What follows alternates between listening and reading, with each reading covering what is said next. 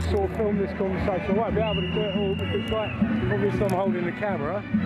Right, hi, how you going, guys? Very well. Nice to see all this peace going down on the street. Yes. Yeah, it's a bit disappointing to see the Parliament Square is again not open to the public. Of course it is. It's full of public. Yeah, but if they decided to all walk on here, that would be in a breach of a law. But anyway, that's sidetracking what I'm talking You want to walk on the grass, do you? I'm saying if those people, with their banners, walked on the grass, it's illegal to stand on that banner with signs, basically, under the new law. But that's why I'm holding the conversation. The reason I'm holding the conversation is, the other day, David Cameron offered no safe zones if there were going to be airstrikes in Syria, right? So that means that he's condoning the killing of children. Because you know children will be killed from those airstrikes. Now the Offences Against Persons Act 1861 makes it a crime to solicit, encourage, ask for, pay for anyone to be killed or to murder anyone, whether they're a member of the British Empire or not. And you and your fellow officers are charged with and undertake the oath of upholding the law, keeping the peace and the rights of the people. So why aren't the police enforcing the law and arresting people that are suggesting murder and have murdered children? It's about children. Forget adults, they can all make their own minds up. But killing children is a heinous crime. So when are the police going to ignore the protocol that is put in place to stop justice being done? We only have to look at the Nuremberg Principle 3, and it says it doesn't matter whether you're a leader of a state, what your power is, you're still culpable under international law. So, you know, I want to know what the police force are going to do before Christmas to arrest war criminals. Isn't it going through Parliament whether or not no, look, if I said I'm going to murder someone, the Air Force then that's intent. If I said I'm going to murder someone, that's intent. You can nick me for having the intent to murder someone. Look at that, they're putting that onto the table, knowing they're going to murder children. You know what I mean? I think you're talking about threats to kill, aren't you? That's right. And also what's happened before, Libya, murder of children, Iraq, murder of children. The Chilcot inquiry, right, sorry to keep talking, but the Chilcot inquiry, they put that on hold right before the general election. So that means that politicians and the media were asking people to vote for MPs that may or may not be war criminals. How can that be legal? See what I'm saying? Are you questioning the legality of the inquiry? I'm questioning the legality of this government. People standing for election to Parliament? Questioning the legality of the government and also questioning the legality of the police because they are not upholding the law. Right? You said that I'd sworn an oath, I would test it. That's to, my powers extend only to England and Wales. You also talked about things that may well be happening in the future. I happen to personally agree with you when you talked about other actions that have happened in the past. So why can't we act on those? Look, I thought you said you pointed out that there was an inquiry. No, but look, if someone said, oh, someone's murdered someone, it wouldn't take people over 10 years to find out the bottom of that story, if there was so many involved. It's basic. But so you know sometimes it does. You think of some of the inquiries that have gone into actions, for instance. Okay, all right. So why aren't they suspended?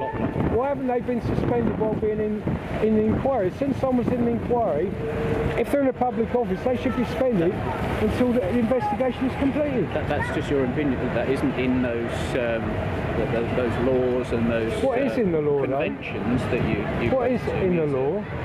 Is that the United Nations says all countries must use all pacific means not involving the use of armed force. That's in the UN handbook. Right, and then when we look at the Rome Statute, when we look at the Nuremberg Principles, if we're not to uphold the law, all of us collectively with a conscience, a clear conscience, then how is our country going to find peace within itself or with other countries? If someone, God forbid, murdered your family, then until they were brought to justice, you'd be like, forget it. So until our government... Sorry to interrupt you, but the answer to the question is that we can't. It's law, it's not politics though, it's law. Oh, you're that's talking what I'm about saying. within ourselves? Yeah. It's the law, that's what I'm saying. That's more sort of natural law, isn't it? How a person feels. Common law? No, it's written law. Now you said about how can we make well, that's about consciousness, isn't it? Yeah, but that's what I was asking. We can't, can we? No, we can, we just have to decide that it's a heinous crime to kill children, go right. The place is full of paedophiles, right? You're arguing with me, but I just said I agree. No, I understand, but my frustration is... So it didn't really matter what I'd said to you? No, it's encouraging. No, it's encouraging to know that you agree with some aspects of what I'm saying. But where I'm frustrated is you're on duty, right? You're going with the gun. Tomorrow morning, when you come on duty, right? It's within your power and remit, whether anyone stands by you or not, is besides the point. It's within your power to walk to this building, go into that building, to lay arms upon an MP and arrest them under suspicion of murder, Offences Against Persons Act 1861, or for war crimes, which there's a numerous list of war crimes they commit. My frustration is you're with this representing you police officers, just isn't. And what's going to happen is the police are going to be put again between defending the indefensible. And you guys are going to willingly do that. And I can't see, that's where the law falls down. Because it's like, how can people know and allow? You see my frustration? I do. Yeah. You know that you don't have to abdicate responsibility to the police service to uphold the laws. People have tried to arrest people. Well, you don't have to make an arrest, do you? You can bring a prosecution without making an arrest. Yeah, but that's a civil prosecution. No, you can. We're getting back to money. Quite no, we're getting back to money again, because the fact that if I want to defend myself in a lot of cases, can't do it because I can't get legal aid, right? Yeah. So what we're doing is the politics are interfering with the justice and the law system, right? So they're making it untenable for people to be able to get justice. So this is where it comes down. Our argument is branched off somewhat, hasn't it? So we're talking about justice. About the withdrawal of legal aid. Yeah, because of the fact you're saying making it difficult for some people. You suggested yourself to be able to bring a case, access the justice system. That's rather different than what you were talking to me about. No, true. But we got on to, well, you can bring a case, to which I replied, well, it's difficult to do that because of the finances involved, and if you lost the case, the amount it cost you. Yeah. Whereas with you and your duties, it's within your remit, your power, to go and do it. You were talking about conscience, and I know you were talking about us as a group. How would your conscience feel if you could have done it? You could have brought a prosecution as a private individual, look, but you didn't. My money pays for you people to enforce the law. I keep coming to you people, meaning the police. Right, I've submitted it to Crime Stoppers.